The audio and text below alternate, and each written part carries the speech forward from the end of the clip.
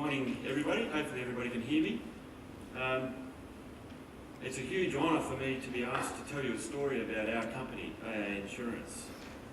Just a bit of background, our two shareholders, AA Insurance is a joint venture company originally formed in 1994. We have two shareholders. One is the Automobile Association of New Zealand, the NZAA, and the other is the Australian Financial Services Group, Suncorp. We deal directly with our customers and we insure personal property, homes, contents and cars.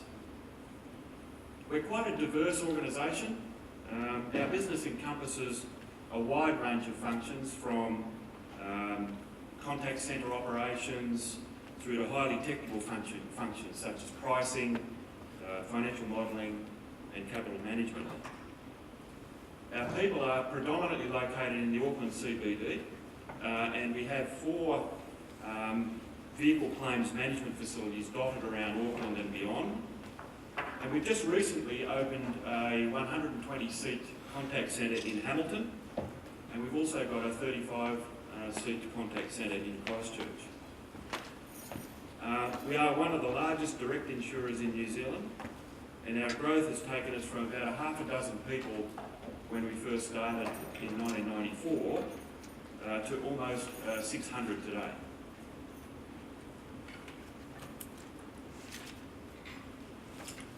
In 2011 and 2012, we were voted the most trusted insurance brand in New Zealand in a respected customer survey. We've also been lucky enough to be a finalist in the Connexa Best Workplaces Awards for the last 5 years.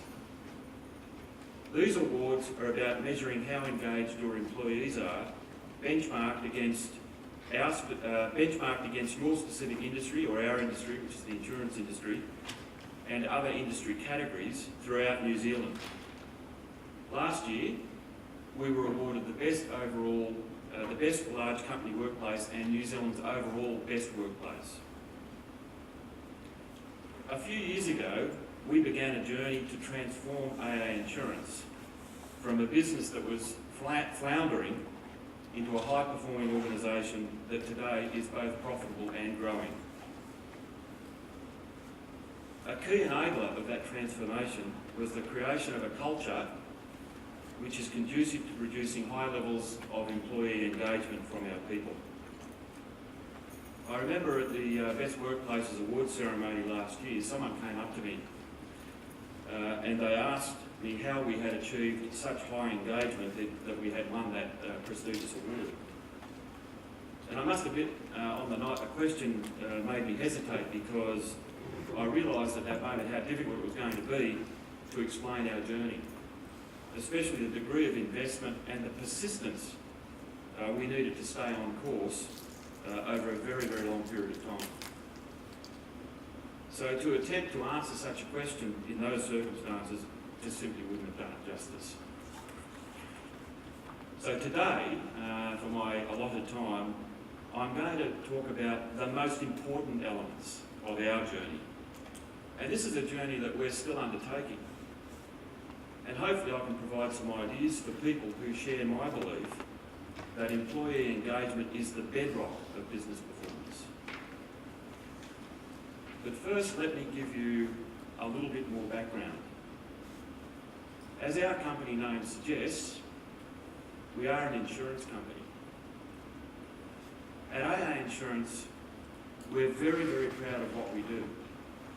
We're proud of the way our industry underpins the New Zealand economy and supports and assists communities and individual customers. And we are exceptionally proud of the company that we work for.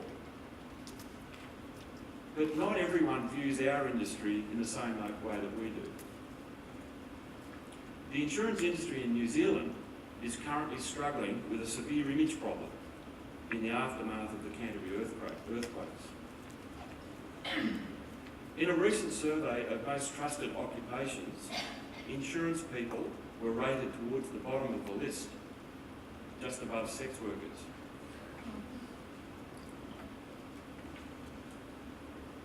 The cartoon on the screen behind me appeared in the Christchurch Press newspaper earlier this year.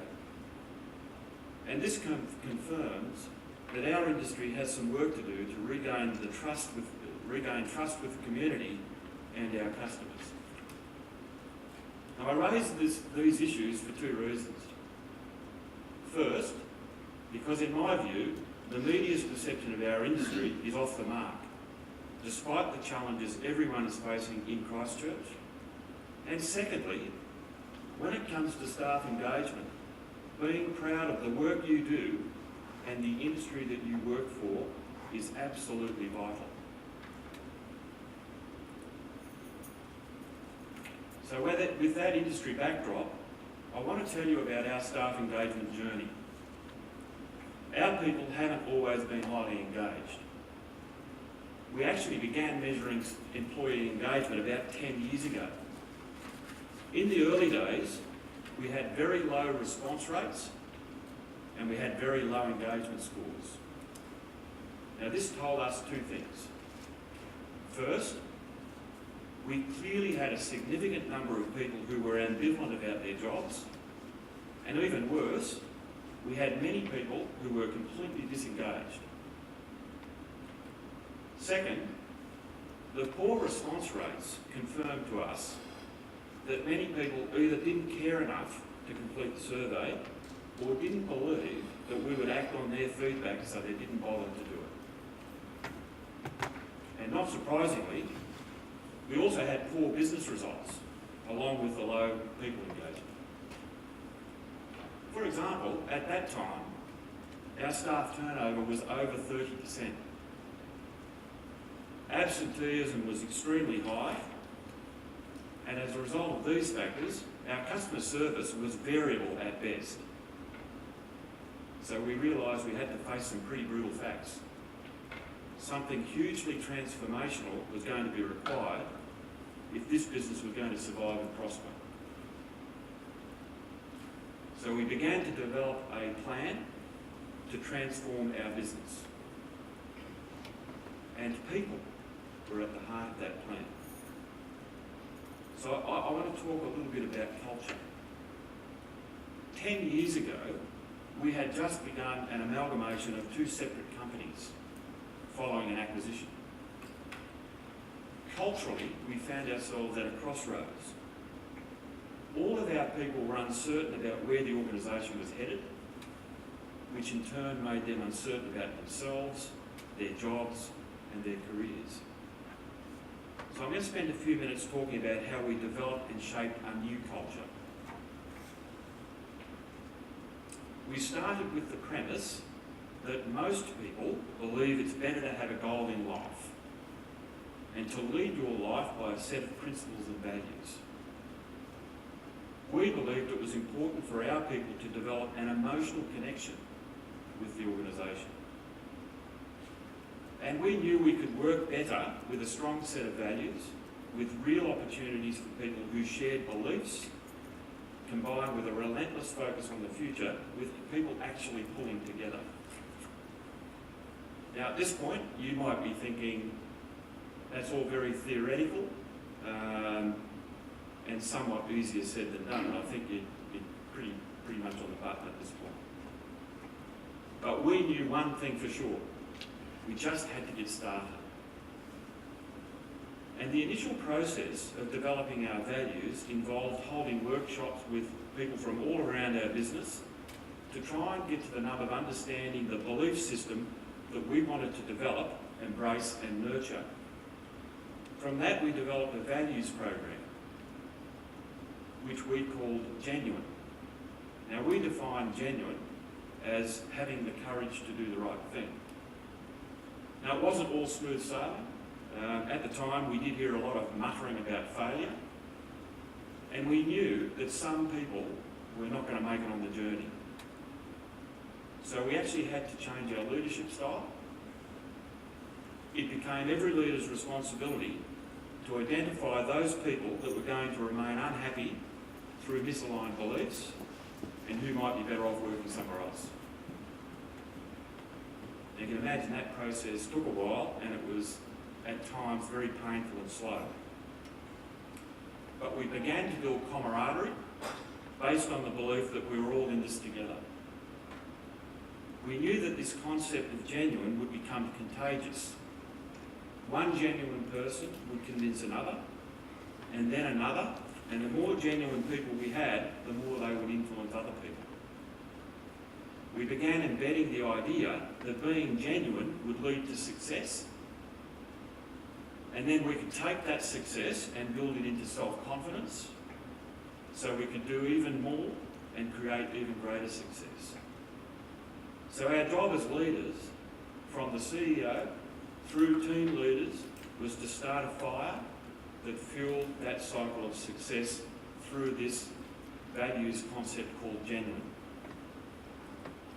And we also focused our recruitment on recruiting the absolute best people, future friends and future leaders of our company. Now, most organisations have published values. However, my view is that's simply not enough. I believe that values and beliefs are the garden of your culture. I knew we just couldn't plant the seeds and walk away. Our garden has needed, over the last 10 years, constant nurturing, watering, weeding, cultivating, enrichment and renewal. So throughout the last 10 years, our Genuine Values program has been a constant guiding light to everyone, helping us to make decisions every day. And we have invested in making it real and embedding it in everything we do. We use Genuine to help us make the smallest day-to-day decisions through to the really big strategic ones that have the potential to cause a profound impact on the whole organisation. Individually and collectively, our values requires us to have the courage to make a stand for something that we truly believe in. We've taught our leaders to protect our genuine culture. We invest in it, we role model it, and we celebrate it.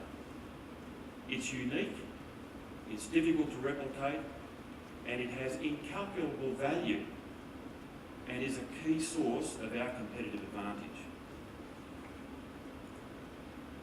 We encourage the behaviours through our Nominate Your Hero program, and we honour our special genuine heroes at a black tie celebration for all of our people held at the end of each year. Just a few weeks ago, at the Viaduct Events Centre, we held that function for over 500 of our people, where we celebrated this year's heroes, as well as our 10-year anniversary of the program. My belief is that one of the key reasons that AA Insurance is successful today is because genuine is so embedded. We do the right thing, even when it's hard to do. I'd like to show you a shortened version of a video we played on that night to give you an insight into how important our Genuine Values program is to us.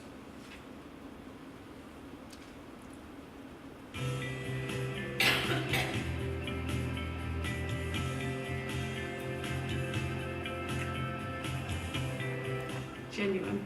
Genuine. Genuine. Genuine.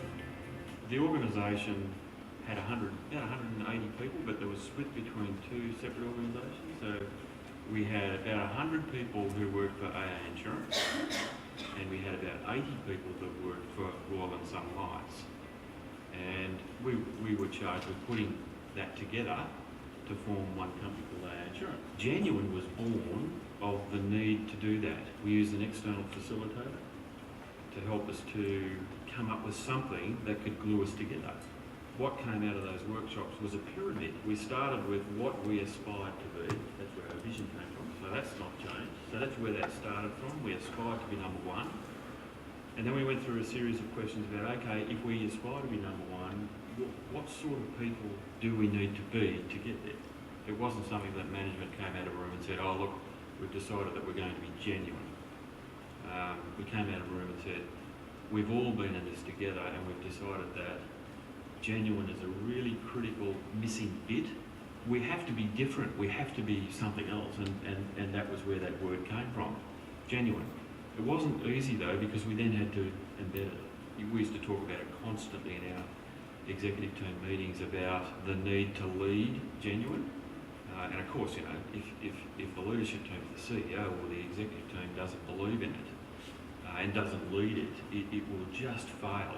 And then, of course, from that we had, we originally had the 7 values, but what was a critical piece of work was defining what the behaviours were that sat behind each value. So once we did that, we were able to embed it into our reward and recognition system, so that we could sit down with people and talk about their performance in alignment with genuine in a real way, because people understood what it was to be genuine. One of the things we learnt early on when the values were launched is we needed to actually kind of capture how we were progressing against those. And in the early days, we actually had surveys on a quarterly basis to try and see how genuine people were. 7 years ago, there were 2 people in HR. There was myself and Nikki, and we interviewed people from all sorts of different backgrounds, and we didn't interview on the skill base. We interviewed on what they would bring in a genuine value sense. And that's very much the case with recruitment today. We're looking for people that can A, do the role, but B, are the right fit for this organisation. One of the most rewarding things in the recruitment team is that we get to bring these guys on board, and then we get to see them grow and develop into other parts of the organisation. It almost feels family oriented. They really genuinely care about your progress and your role within the company. It's kind of like music. You have your altos, you have your sopranos and your tenors, and then once it's all put together, it's like a really nice harmony. When I think about genuine, I think about my workmates. I think about the environment that I work in and how good the culture is. And it's because they are also genuine. It was really fantastic to see how the company pulled together after the earthquakes, and in particular in February, when people from all areas came to help within the different areas of the business. With over 12,000 claims, it was a really significant event, and I think our values really shone through. Winning the Best Workplace Award was the most amazing feeling, but very much a culmination of years of hard work and a journey for us. Development of the genuine values is probably the most important thing that I've ever done in my career.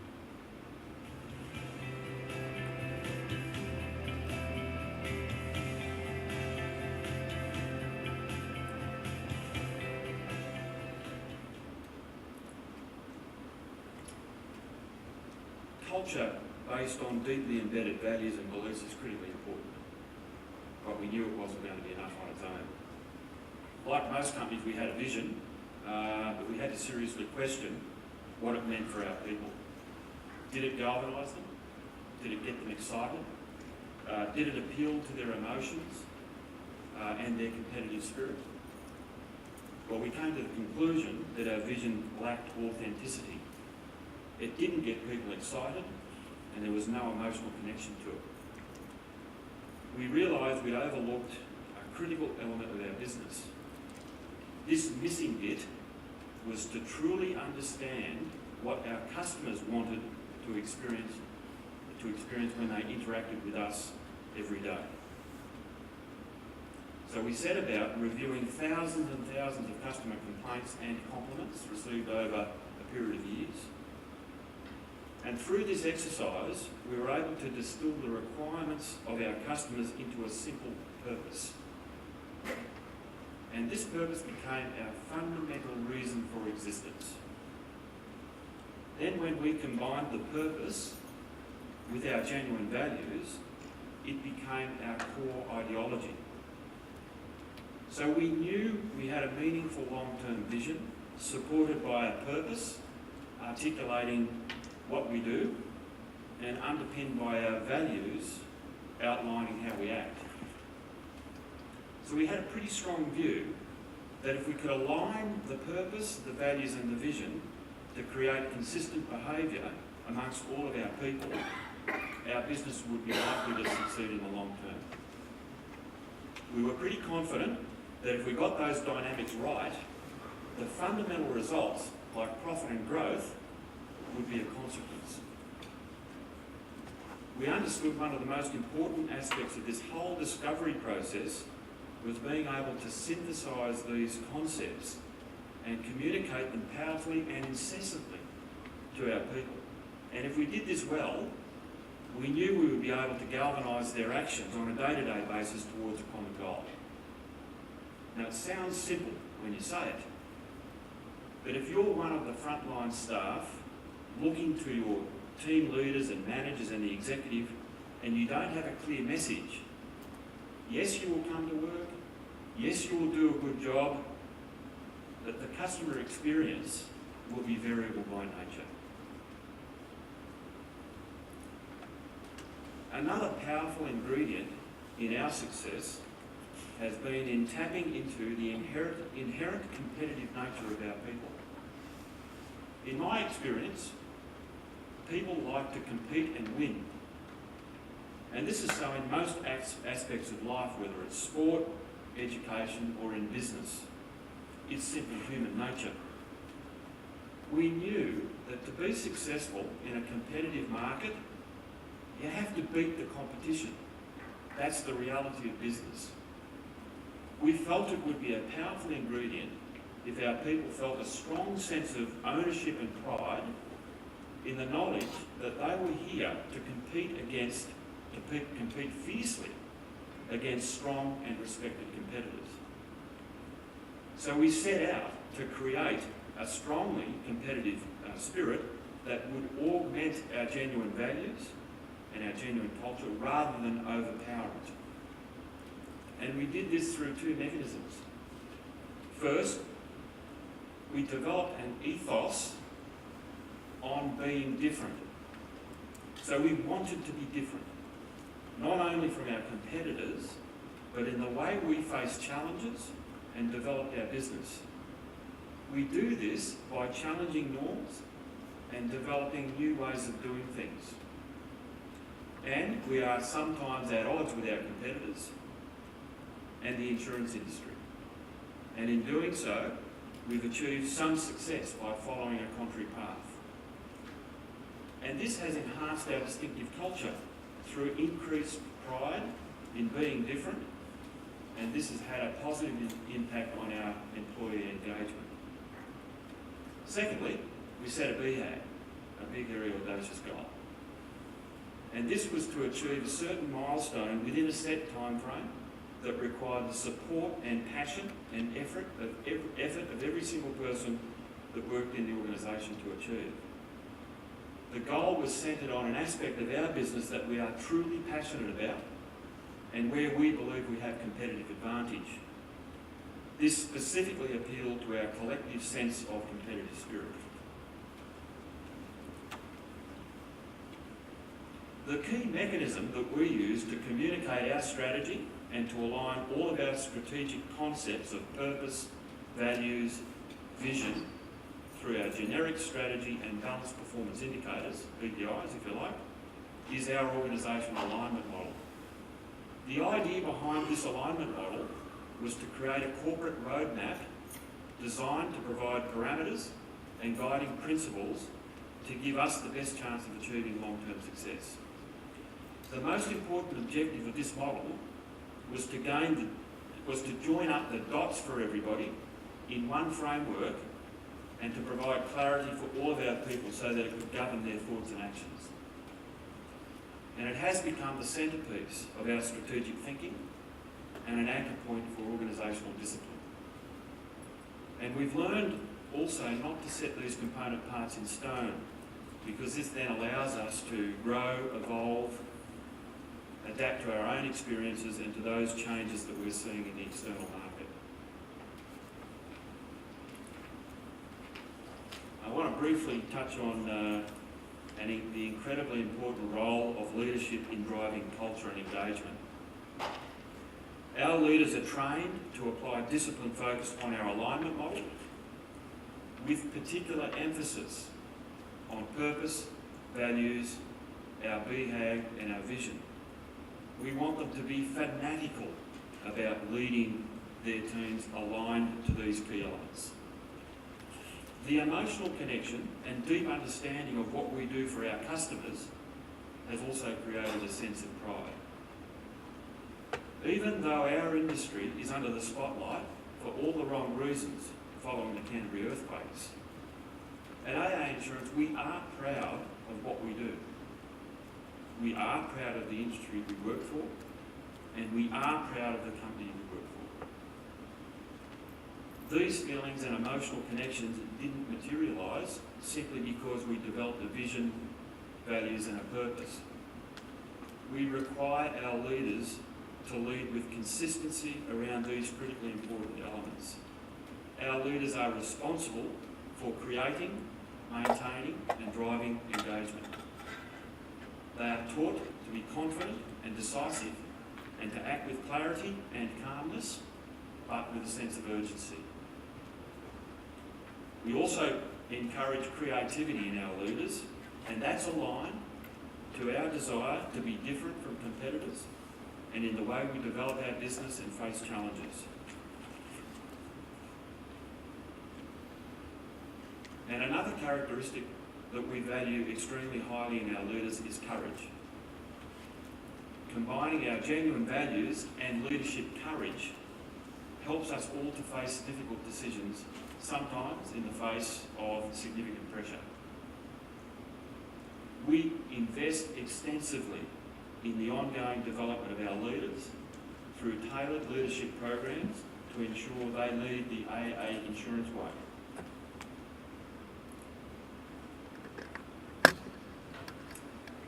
My presentation this morning is entitled Business Transformation Through Staff Engagement. I've spent most of my allotted time so far talking about how we increased our staff engagement through building a strong culture, establishing a clear vision and purpose, harnessing the inherent competitive spirit of our people, and engendering a real sense of pride in what we do and who we are. Now, I've learnt, like most people, that it's easy to buy into the concept that the more engaged your people are, the more they will care for your customers and ultimately drive improved business results. But in my experience, engaged staff actually do produce a better outcome. They do find better ways of serving customers, and the organisation develops a reputation for being a great place to work. These benefits are many and varied, such as lower recruitment costs, right through to significantly higher customer satisfaction outcomes and superior growth and profit performance. I also believe that the better your business results, the more your staff will become engaged. And if I compare our results today with our experience of 10 years ago, the difference is stark. We now have 3 times the number of people we had back then, yet we have more than halved the turnover rate, and our absenteeism, for example, is negligible. We now get response rates to our engagement surveys of over 95%, and we consistently score in the 80s for employee engagement. So now, I want to move from theory into practical stuff and just show you some of the other business results over a 10-year period that show very clearly the journey we took and the impact that this has had on our results. So first, let's look at actual engagement scores for AA Insurance going back to 2003. You can see that our response rates began to climb once we demonstrated we valued feedback from our people and we developed a track record for taking action. You can also see from this slide that our engagement score has steadily increased over that time up to 2011, when we achieved a very high score of 85.6%. Our 2012 score slipped marginally, but our engagement levels are still extremely good. And reflecting on what happened in 2012, after the incredibly galvanising effect of the Canterbury earthquakes in 2011, we weren't actually very surprised to see the slight tracking backwards in our own and our industry's results.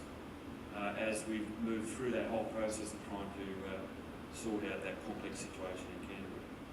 But in fact, when we look at the results of the top 25% of companies in the Connexa survey results this year, you can also see that the top 25% is also tracked back during that period.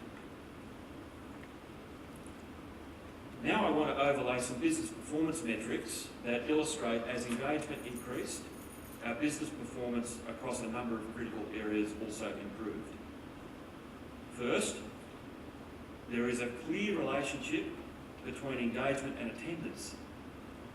The more engaged our people became, the more they wanted to be at their desks helping our customers. This has a significant bottom line benefit. This next slide shows our growth correlated with increasing engagement. As engagement increases, customer satisfaction improves, and this has a demonstrably positive effect on both new business and customer retention. By the way, these are real results for AA Insurance. I've just taken out some of the metrics. These are our actual results over that period of time. This last slide shows engagement compared to profit performance. I've removed the Canterbury earthquake impact on profit as they distort the results. And you can see also there's a bit of a dip in the profit in 2006. This was related to a business model issue that we had and a strategy issue. So we needed to remedy that, and we have. But if you remove that, there's a clear correlation between increasing engagement and improved profit performance. So I just want to conclude my talk by saying first and foremost that it's really, really difficult to condense a 10-year journey into a 30 to 40-minute talk. That's pretty hard to do. There are many, many other seminal moments that we faced as an organisation over this time, and there simply isn't enough time to discuss them in a forum like this. Some of those factors undoubtedly had an impact on our results, both positively and negatively, and they are an important part of our corporate history, there's no doubt. And obviously, you have to have a good strategy and you have to execute it well. That's critically important. However, I have no doubt that the key reason for our business transformation from ordinary performance to comparative outperformance today is our people. Without them, their passion and commitment, we would not have been named New Zealand's best workplace in 2011 and have been voted by consumers as New Zealand's most trusted insurance brand. And we would not have achieved the growth and profit results that we're experiencing today. Now, I also appreciate that this is a unique story about AA Insurance, and what we've done may not work for everybody else. And the other thing is, none of this was easy. There are no silver bullets. There's no quick fixes. You simply have to do the hard yards. And then there is the need to maintain a critical focus on watching for signs of complacency and hubris, because allowing either one of those things to develop would cause a catastrophic negative change in the blink of an eye, and the journey would have to start all over. And it is a journey. It's a journey that for us never ends. It is still evolving, and we are excited to keep pushing and growing and learning